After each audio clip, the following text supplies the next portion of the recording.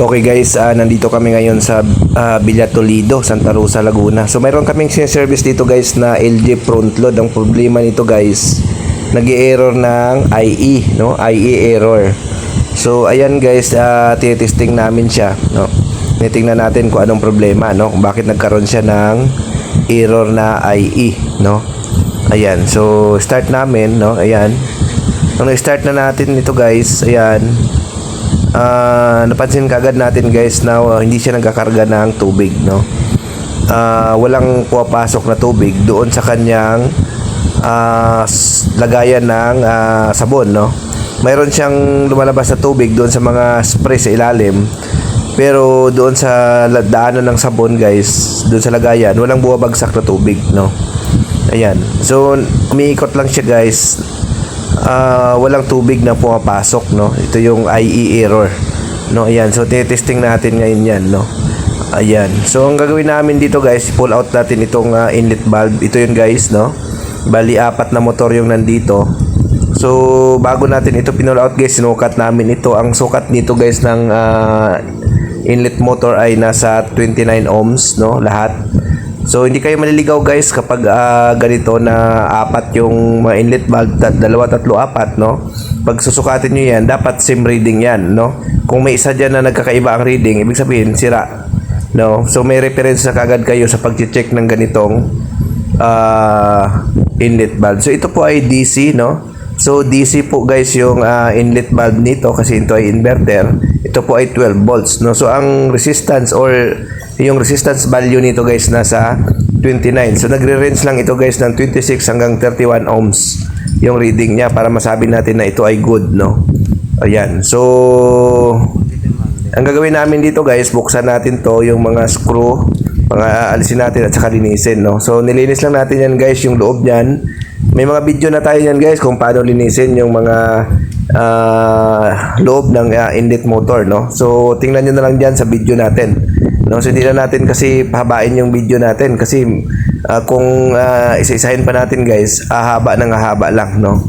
Ayan, so ito lang guys, nilinis namin, no? Lahat ng dumi dito sa loob ng diaphragm niya, sa loob ng motor, nilinis natin, no?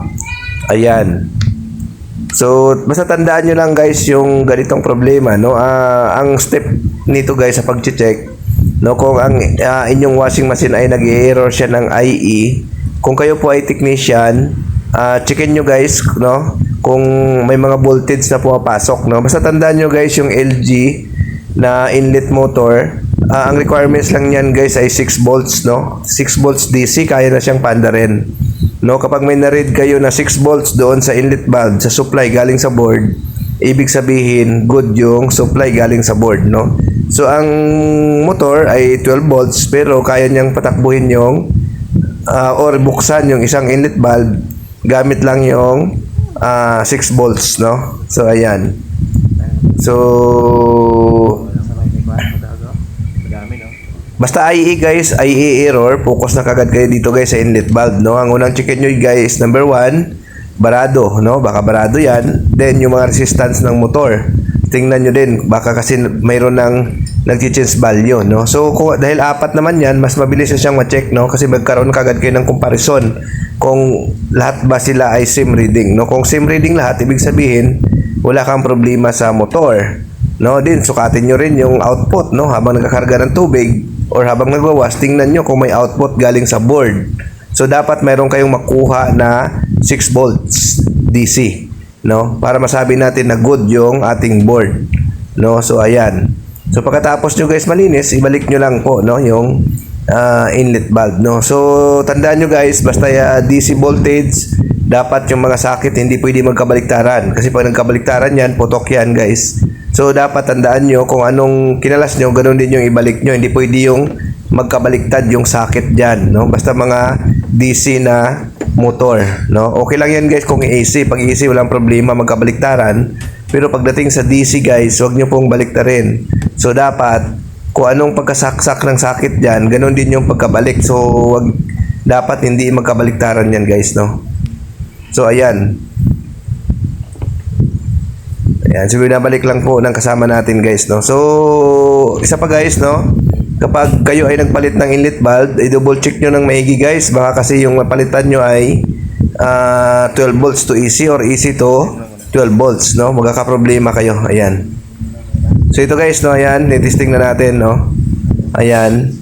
So ito na guys, buwabagsak na yung tubig, no. So ang nangyari dito guys sa problema ng IE na ito, nabarahan yung pasok ng tubig, no. Dahil kalawang yung tubig na dumadaan, so nabarahan yung inlet motor. So kahit open yung nagbubukas na yung inlet motor niya, hindi siya nagda-drop, no.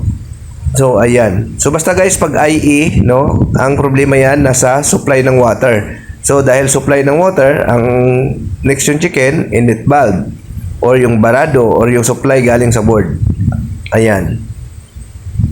So okay na po ito guys, no. Ayos na po ito.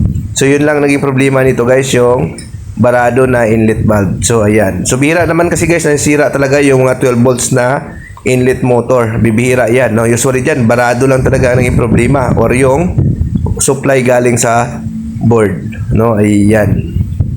So okay na ito guys, hindi lang tayo makakuha ng magandang video kasi masikip yung area guys, no. Nasa CR tayo, hindi kami makakuha ng video guys. Okay guys, thank you, bye bye.